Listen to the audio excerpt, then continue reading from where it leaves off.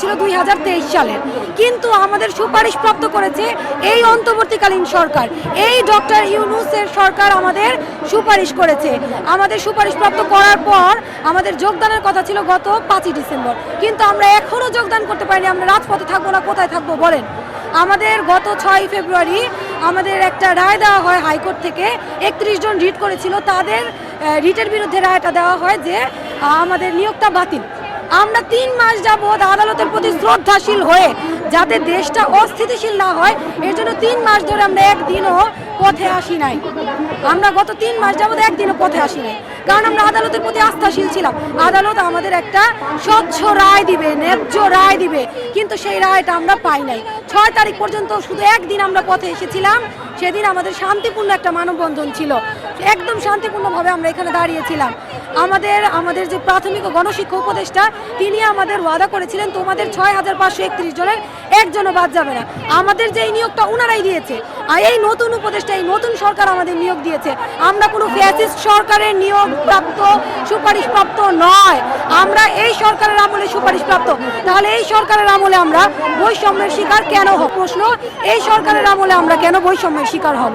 আমরা আমাদের যে চাকরিটি আমরা পূর্বে সবাই যে কোনো চাকরির মধ্যে, যে কোনো চাকরিতে কর্মরত ছিলাম, অনেকে প্রাইভেটে ছিলাম, অনেকে এই যে ওনার কাছে ওনার এনওসিটা আছে, আপনারা চাইলে দেখতে পারেন, উনি তার চাকরিটি ছেড়ে দিয়েছে, পূর্বের চাকরিটি। কারণ আমরা যখন নতুন একটা চাকরিতে যোগদান করব, পূর্বের চাকরিটা তো আমাদের ছেড়ে দিতে হবে। যেহেতু নভেম্বরের 20 তারিখ নিয়োগপত্র পাওয়ার কথা, আমাদের 19 তারিখে স্থগিত করা হয়। আমাদের মেডিকেল সব সম্পন্ন, জনপ্রতি 10,000 টাকা করে খরচ হয়েছে আমাদের মেডিকেল করতে। তাহলে আমরা কেন আমাদের এই নিয়োগ আজকে বাতিল করা হবে? আমাদের প্রধান উপদেষ্টার প্রতি আমরা শ্রদ্ধাশীল। আমাদের মাননীয় প্রধান উপদেষ্টা অত্যন্ত সদয় একজন লোক, তার প্রতি আমরা শ্রদ্ধাশীল, বিনয়ের সহিত তার কাছে আমরা আন্তরিকভাবে রিকোয়েস্ট করছি আমাদের এই 6531টি পরিবারকে তিনি রক্ষা করুক। এই 6531টি পরিবার পথে বসে যাবে, কারণ আমরা আমাদের আগের চাকরি ছেড়ে দিয়েছি। আমরা খাবো কি? 3 মাস ধরে আমরা বেকার, 3 মাস ধরে আমরা পথে পথে ঘুরছি, 3 মাস ধরে আমরা খাবারের জন্য আর্থিক সংকটে আছি। কারণ আমাদের যে নিয়োগটা দেওয়া হয়েছিল, আমরা তো নিশ্চিত ছিলাম যে আমরা যেহেতু আমাদের 20 তারিখ, নভেম্বরের 20 তারিখ নিয়োগপত্র হাতে পাবো, তার আগে আমরা সবাই চাকরি ছেড়ে দিয়েছি। এখন আমরা খাবো কি বলেন?